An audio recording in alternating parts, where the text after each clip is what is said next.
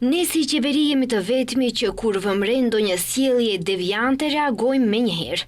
Duke thurë lavde për qeverisjen aktuale, kryeministri hedh poshtë, siç i quan ai, spekulimet e LSDM-s, se në skandalin me fondet i partë ka të përfshirë përfaqësues të VMRO-s. Ndërsa i dërgoi porosi opozitës që t'i lënë ta bëjnë punën e tyre, e cila mund t'i dërgojë tek ministra dhe funksionarë të tyre, duke lënë të kuptohet se në të njëjtin skandal mund të ketë të përfshirë edhe personat e LSDM-s. Ata që janë të përfshirë janë atje ku duhet të jenë. I bëj thirrje opozitës që të mos fshihen pas pyetjeve, por të dalin me vërtetime.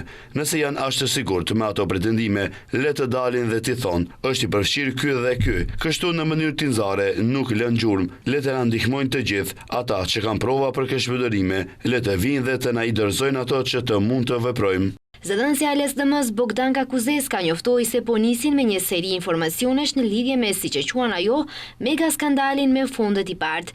Sipas saj, drejtori i dyshuar në këtë rast është mik i afërt i Igor Miqev, i njohur si Panker, i cili është kumbar i liderit të VMRO-s Christian Myskoskit.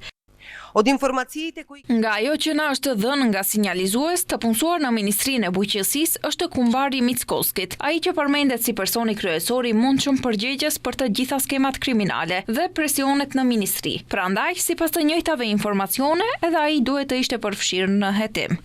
LSDM kërkon që hetimi për këtë rast të zgjerohet menjëherë nga prokuroria dhe në hetim të përfshihen të gjitha abuzimet që kanë ndodhur në agjenci dhe në sektorin e bujqësisë.